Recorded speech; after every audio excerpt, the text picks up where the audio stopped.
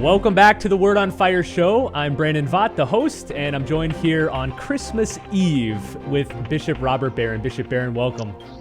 Brandon, always a great joy to be with you, and happy Christmas. You too. Now, we're recording this a couple weeks before Christmas Eve. This episode's going live on Christmas Eve. And at the time that we're recording this, you're about, I think, a week or two away from two really exciting interviews, which I guess will have already been published by the time this show goes live. But one of them is with Ben Shapiro. Tell us who he is and why you're excited to talk with him.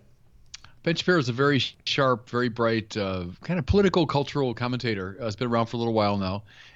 Very vocal on a lot of the most controversial political issues of the time. A sharp, I'd say, conservatively minded person coming out of a fundamentally, I think, classical biblical view of things. So someone I've watched for a long time. I've not met him, so looking forward to that. And Ben is also a pretty devout Jew. You see him in many of his interviews wearing a yarmulke, but he's brought on his program many Christians. Dr. Edward Fazer did a long interview with him. You're going to be on his Sunday special interview series, which is like a long form, I think, hour-long interview. So we're very excited about that. The second one is you're going to be returning to talk with Dave Rubin. That was a big hit the first time you went on that show. It, I think, brought you to a whole new audience of especially young, secularized internet viewers.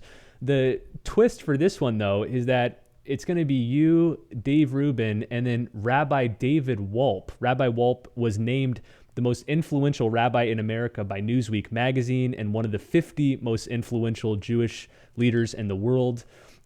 I'm excited to see what happens, although I feel like it's kind of a bad joke in waiting that an atheist, a bishop, and a Jewish rabbi walk into a YouTube set. Yeah. Well, that's part of the fun of it, though, isn't it? I like that about Dave Rubin's show. Dave represents, as you say, kind of a secular, maybe humanistic perspective. The rabbi, again, I've not met him, but I'm presuming coming out of a fundamentally biblical view, but not a Christian one.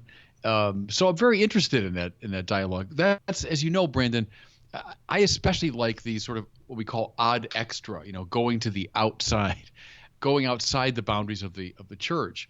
That's where my kind of missionary evangelical spirit takes me. So that's why I'm looking forward, especially to that interview. Well, then in the next episode, we'll do a recap and we'll talk more about how those two interviews went.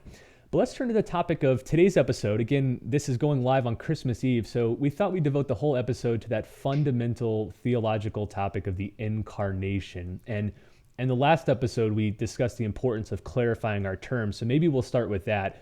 What do we mean when we say incarnation, the incarnation of Jesus? Think of it as the enfleshment. So God becoming one of us, God entering into our human condition, entering into our flesh. And that's why the word incarnation, there's something very gritty and earthy and realistic about it, which I like. It's not an abstraction, and it's not simply spiritual talk. That God, the creator of all things, becomes a creature out of love. Now, as we go through the conversation, we'll try to clarify, what those terms do and don't mean. But it's the enfleshment of God is the key to Christianity.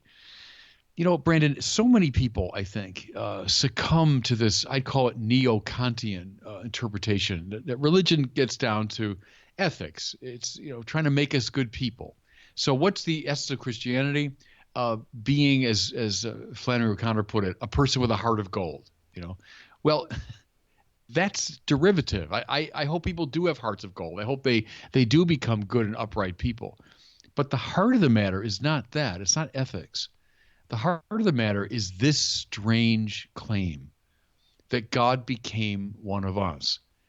Everything else is a footnote in Christianity. Everything else is related to that. It's like the center of the rose window. And I think we've marginalized the doctrine of the Incarnation in favor of much more accessible things like ethics. And that's a bit of the Christmas revolution that we should keep preaching every year. You admit it's not as accessible because it's admittedly a weird idea that God would take on human flesh. Here's a question I often hear from online and from my friends. Was the Incarnation necessary? Did God have to do that? And was it necessary for him to reconcile himself with us that he needed to take on human form? Can I give Thomas Aquinas' famous answer to that? Because Thomas said there are two types of necessity. There's a strict necessity. And in that sense, no, it was not strictly necessary that God become one of us, because God, in his infinite power, could have, saved us some other way. But then Thomas talks about a more kind of a looser sense of necessity. Is it necessary, in his example, to take a horse if you're traveling from Paris to Rome? And yeah, in that sense that it's by far the most convenient, or it's the best way to travel. By that second kind of necessity, he said it was necessary because there was no more beautiful, compelling, powerful way for God to save us than by becoming one of us. So that's the answer to the question about necessity. And I'd say this, Brandon, the great patristic adage that Aquinas certainly accepts, Deus fit homo, ut homo fieret Deus. That's Latin for God became man, that man might become God. See, again, don't misunderstand that as like we're turning into God. What it means is God enters into our humanity so as to lift our humanity up. He divinizes our flesh so that our flesh, our lives, might become participants in the divine life. See, that's the saving meaning of the incarnation. God becomes one of us. And there's that language of incarnation. God becomes a human. Now, please, don't misunderstand that as God turns into a human being. You know what I'm saying? As though he stops being God and now he turns into another. No, he doesn't turn into a creature. Rather, God takes to himself a creaturely nature, a human nature, so as to use it as his iconic vehicle, if I can put it that way. God speaks himself now, speaks and acts through the icon of the humanity of Jesus. See? And in doing that, in taking our flesh to himself, he lifts up, transfigures, and divinizes our flesh. Deus fit homo, ut homo fieret Deus. God becomes man, that man might become God. That's the salvific import of the incarnation. The early church wrestled a lot with this issue of who is Jesus, what is his nature, the incarnation. Yeah. I'm thinking especially of the Council of Nicaea in the early 4th century. But then right after that, we get this bombshell, groundbreaking text from St. Athanasius titled On the Incarnation. I know for a lot of people who are maybe book savvy or theologically minded, when they hear incarnation, that's sort of the foundational book that they think of. Why is St. Athanasius' text so important? He's such an important figure, isn't he, Athanasius? And you're quite right in saying he was active at the Council of Nicaea. He was a deacon under his bishop at the time. So he was there kind of as an assistant to his bishop. Then shortly after Nicaea, the bishop died and Athanasius became the bishop of Alexandria. But it's a wonderful thing because as a young guy, he got it, his life project was injected into him, see, at the Council of Nicaea, is he realized battling Arianism and affirming the divinity of Jesus is the falling and rising point of Christianity. He realized this is the Battle of Gettysburg, if I can use a Civil War analogy. This is the turning point in the struggle.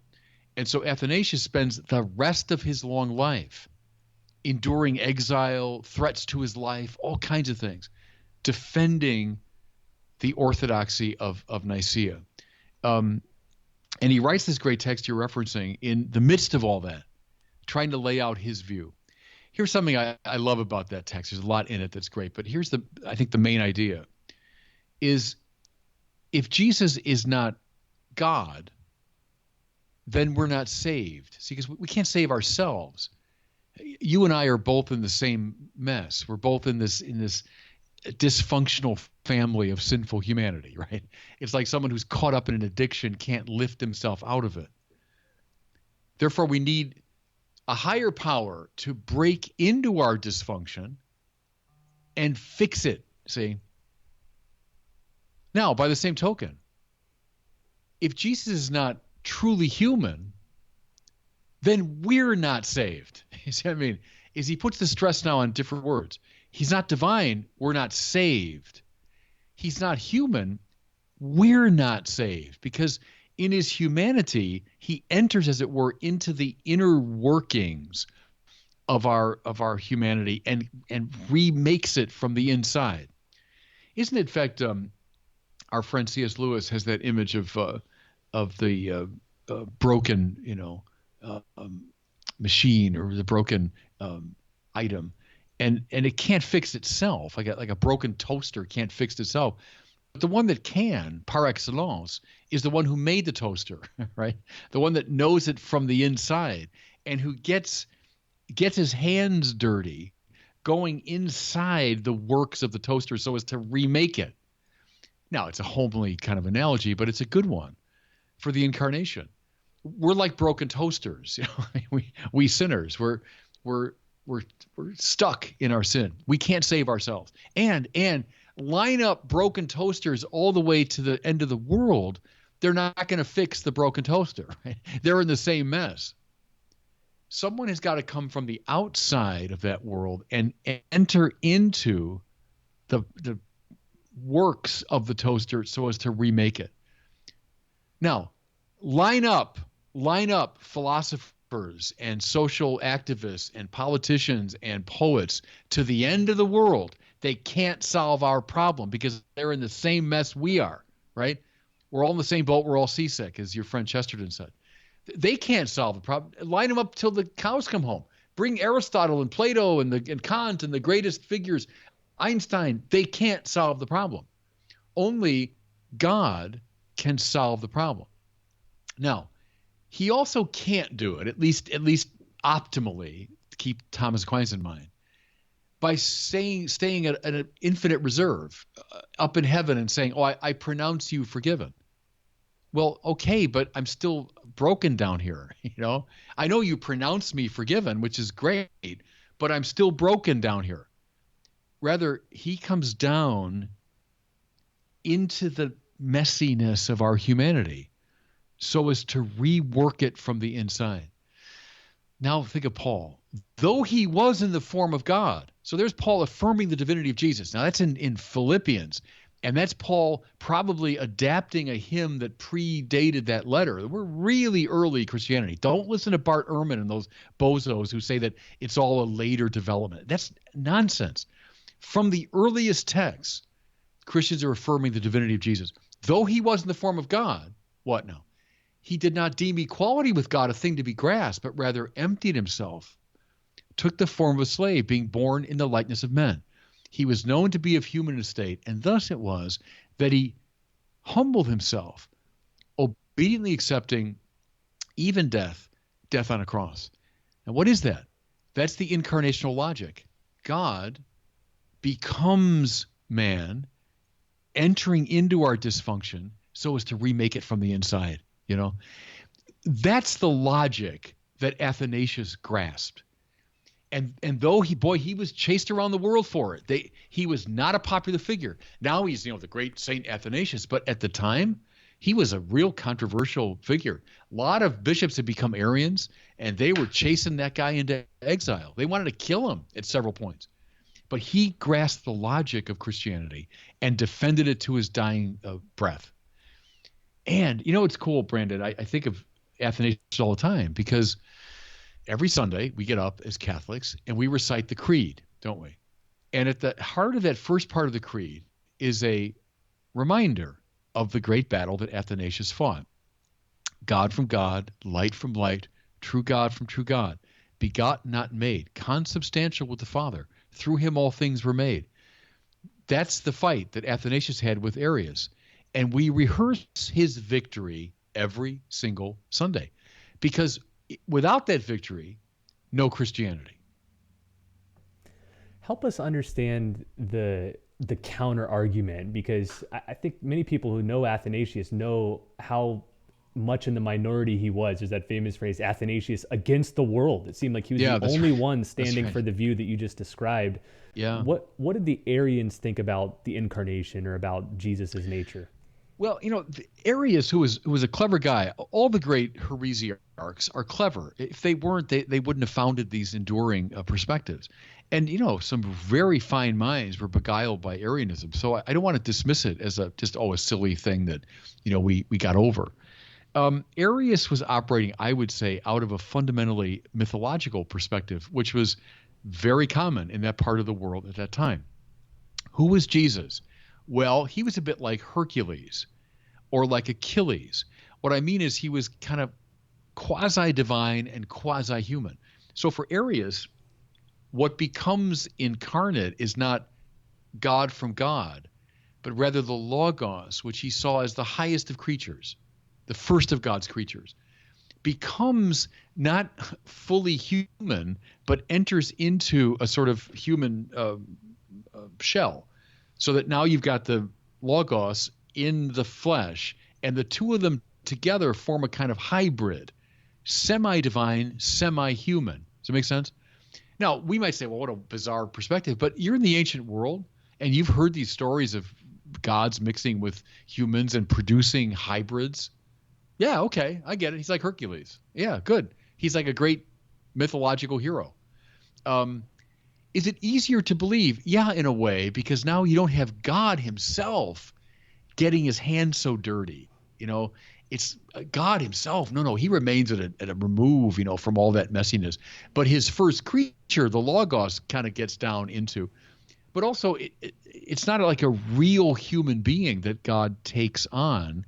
It's a sort of simulacrum or quasi-humanity he takes on. See, all that at the time was easier to believe. It was more of a mythological framework. Athanasius and Council of Nicaea are proposing something really new. Now, go a couple generations later, the Council of Chalcedon, right? What do you find there but a further articulation of the coming together of what they call two natures in one person, divine and human. But mind you, without mixing, mingling, or confusion. So in their integrity, their fullness, humanity and divinity come together. That was a fuller explication of what Nicaea and Athanasius saw. One of the classical attributes of God is his immutability, meaning he doesn't change. He just, he was, he is, he will be forever as he is. How do we square that with the incarnation, with all of this active language we're using about like the second person of the Trinity becoming a man and all that? Yeah, and it's a classic dilemma. Think of my becoming an uncle. So when my sister had her first child, my nephew, I became an uncle. Did I change? No, not in myself, but a new relation was now ascribable to me. See? I didn't sort of actively change into something else, but a new relation was now ascribable to me. That would be an analogy now with the incarnation. Not that, again, God is turning into something else, or God is now changing into some new form. Rather, a new relation to God has begun to obtain, which didn't previously obtain. But that wouldn't affect the very essence of God's nature, which remains unchangeable. See, in fact, if you really want to press the thing, which gets into kind of cool theological territory, it's precisely the immutability of God that makes the incarnation really possible. It's precisely the unconditioned quality of God that enables God to be non-competitively in relationship to the world. Read Robert Sokolowski for all the details on that one. How about this question? How does the incarnation affect matter or the material world? We've talked about how it affects specifically our humanity and our salvation, but what did Jesus becoming man have to do with the rest of the created world? Gosh, read St. Paul, read Ephesians, read Colossians especially, read Romans. What's cool, Brandon, is we've been very conditioned as Westerners by Augustine and Aquinas and many others, and there's a tendency in the West to read the thing very anthropologically. So we tend to see salvation primarily in terms of how it affects us. And nothing wrong with that. It does indeed affect us profoundly. Go to the eastern side of the equation, though. And keep in mind, St. Paul was operating mostly in the East, wasn't he? I mean, he dies in Rome, but that's where he ended up. Most of his life, he was in the eastern side of the empire. Well, there's a form of Christianity that develops in the East that puts a far greater stress on the cosmological dimension. Christ as the sort of the new Adam who represents the renewal of all of creation. And hear it in Paul, don't you? All creation groans inwardly. So it's not just, oh yeah, human beings get out of the fix of sin. In a way, all of matter now finds its proper orientation in this great figure. So the incarnation ultimately has to do with the divinizing of all of the material creation. Now, mutatis mutandis, don't push that in some kind of pantheist direction. What it means is all of material creation being lifted up to a participation in God's nature, finding its proper finality in God. So I think all that cosmic thing is very strong in the incarnation. What would you say in your experience is the most common misunderstanding about the incarnation, and what do we get wrong about it? Yeah, what I've said a couple times, and I used to see it when I would teach this at the seminary, because even these kids coming to the seminary, who wanted to be priests and really love their Christianity, but they had this misunderstanding that it means God turns into a creature. And to be fair to them, we use the language of becoming. God becomes man. God becomes a creature. Well, in our normal experience, something becomes something else. It stops being this and becomes that. And we don't mean that. We mean God takes to himself a human nature to use for his iconic purposes. So I'm using Paul's language there, that Jesus, now think here of the humanity of Jesus, is the icon of the invisible God. God remains invisible in his unconditioned nature. God's not a visible conditioned thing. But God uses a visible conditioned thing, namely Jesus' humanity, to be his iconic representative. So we say that the humanity of Jesus now is the visible form of the invisible God. That's incarnational language, That's getting it right. Don't fall into the sort of mythological trap of God turning into something that he's not. He's no longer God. Now he's a creature. No. Precisely as God, he becomes a creature. Let's close with this, Bishop.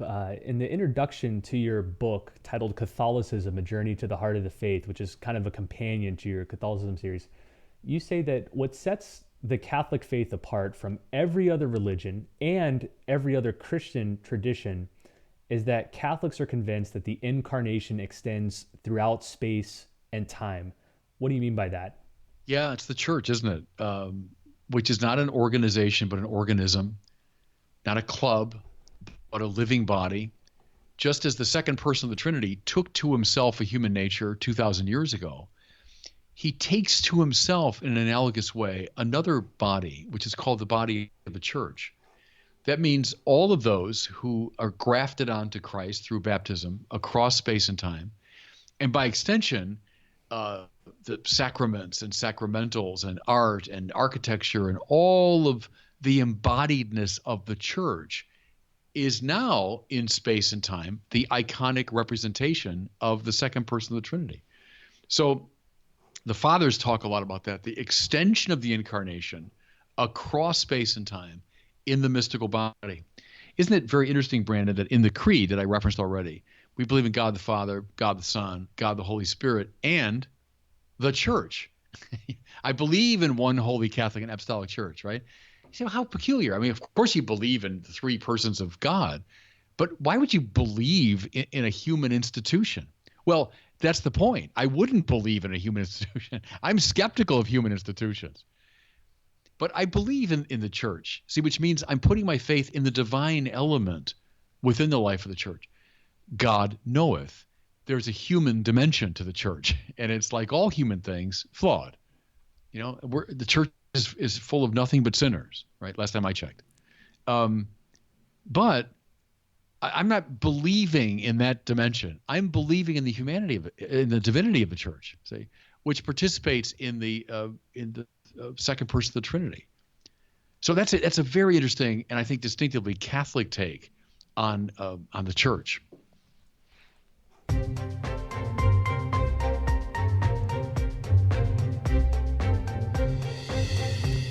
That sound means it is time for our question from our listeners. If you have a question, just visit askbishopbarron.com. It can be on any theological, philosophical, moral topic. We'd love to hear from you. So visit askbishopbarron.com and ask away.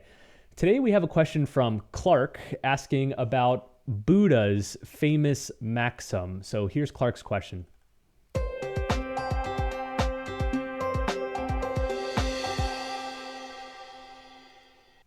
Hi, Bishop Barron. My name is Clark from Smallville. My question is, what do you think of Buddha's famous maxim, life is suffering?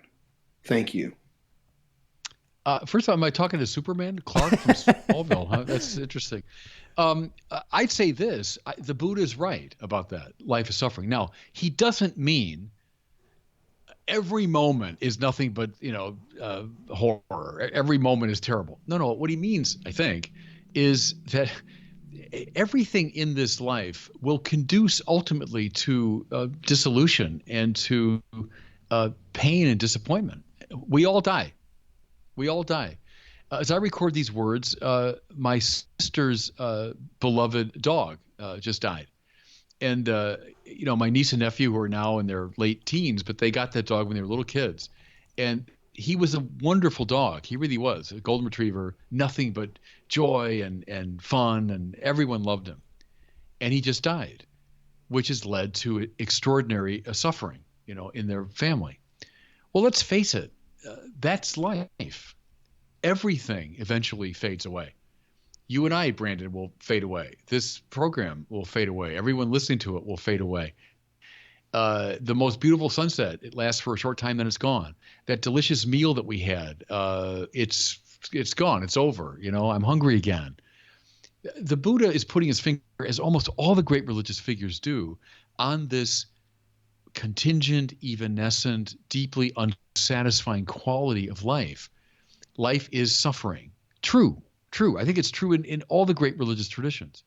Now, what's different, many things, but one thing about Buddhism and Christianity, the Buddhist answer is, well, then put out desire, that suffering is born of desire, right? So nirvana means the snuffing out of the candle. The snuffing out of the candle of egotistic desire will overcome the problem of suffering. The Christian answer is the incarnation, right?